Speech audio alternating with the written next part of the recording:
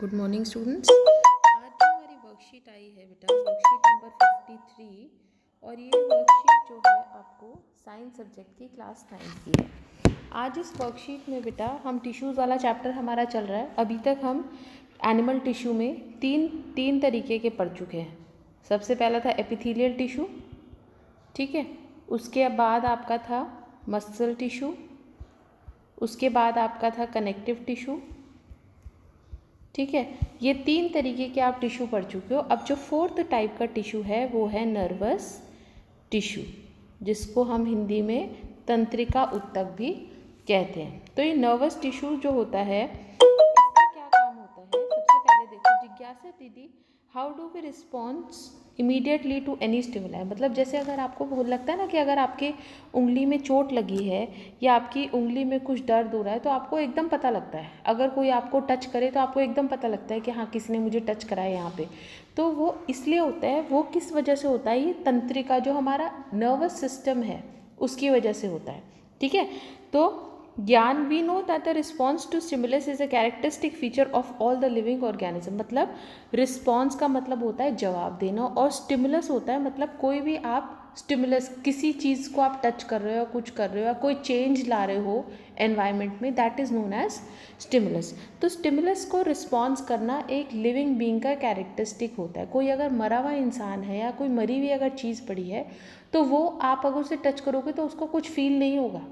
तो ये living organism का ही वो होता है, लिविंग ऑर्गेनिज्म का ही कैरेक्टरिस्टिक होता है। All cells possesses ability to respond according to the stimuli. हर एक सेल के पास ये रिस्पॉन्सिबिलिटी होती है।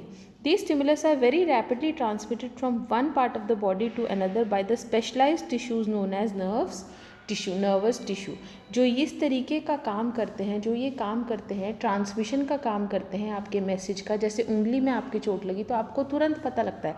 वो देखो इस वाले डायग्राम से देखेंगे तो ये पता कैसे चलता है कि जैसे यहाँ पे आपको रिस्पॉन्स आया, यहाँ पे आपको चोट लगी, या ये आपने हाथ गर्म चीज़ पे रख दिया, तो क्या होता है, आपके ये जो नर्व्स होती हैं ये कहाँ जाती हैं? सबसे पहले आपके स्पाइनल कॉर्ड पे जाती हैं, जिसको हम बोलते हैं मेरुरज्जु, ठीक है।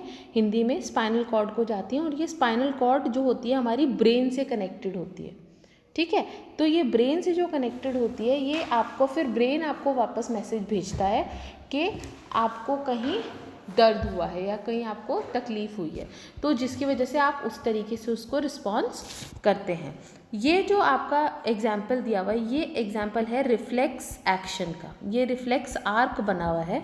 इसमें क्या होता है, बेसिकली नर्वस सिस्टम में या कोई भी अगर ट्रांसफॉर्मेशन होता है मैसेज का, तो उसमें 3 चीज़ें होती हैं। एक आपकी नर्व से मैसेज जाता है स्पाइनल कॉर्ड पे, नर्व से मैसेज आपका जाता है स्पाइनल कॉर्ड पे, और फिर स्पाइनल कॉर्ड से आपका जो मैसेज जाता है वो जाता है ब्रेन पे, और फिर इसी डायरेक्शन में ये मैसेजेस वापस आते हैं।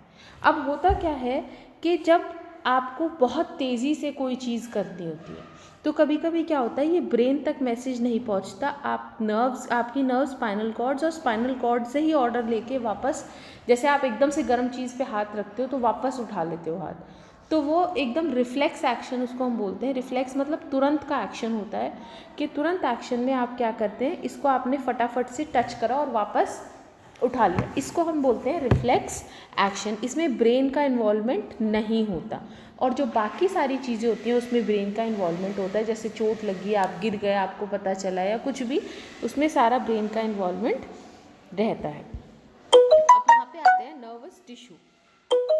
The brain, spinal cord and nerves are composed of nervous tissue. Nervous tissues जो होते हैं, जो नर्व्स टिश्यूज़ होते हैं, वो 3 चीज़ों से बने होते हैं। ब्रेन बने होता है, इससे स्पाइनल कॉर्ड बनी होती है, और आपकी नर्व्स बनी होती है नर्वस टिश्यू से। Now hence it is form of nervous system.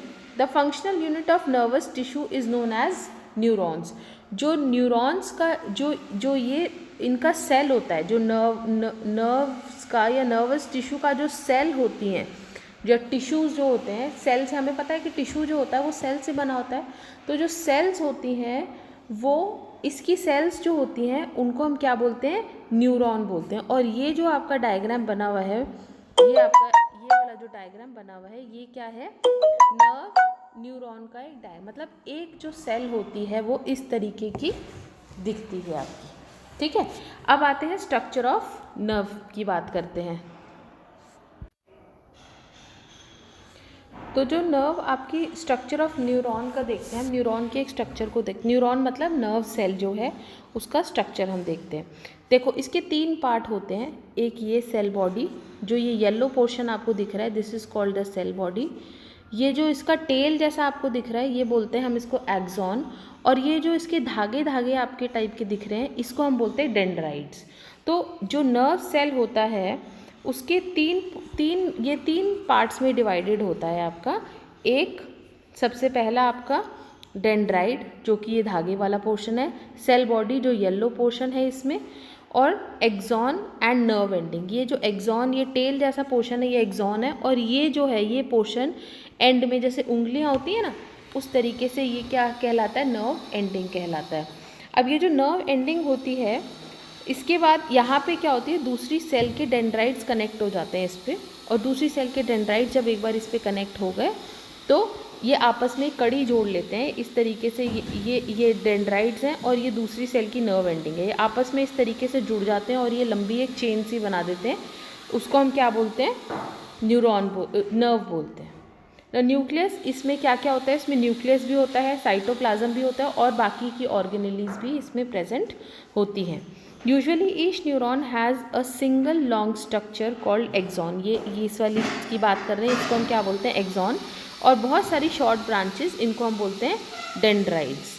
N individual nerve में be up to a metre long, ये 1 मीटर लंबी तक हो सकती है ये पूरी नर्व सेल, ठीक है।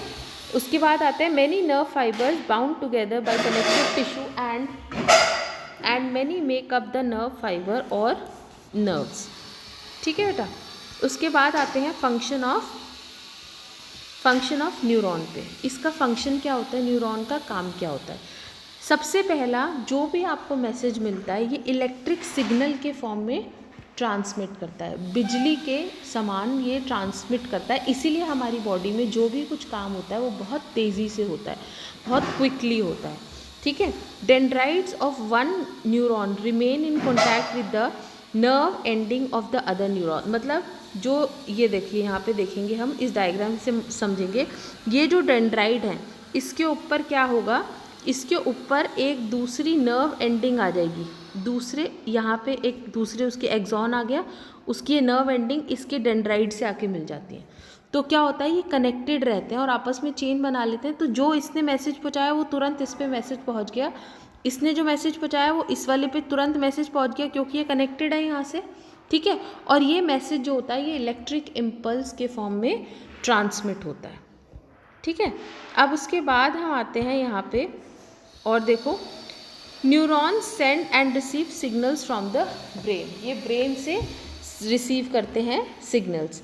The functional combination of nerves and the muscle tissue enables the animal to freely response to stimuli.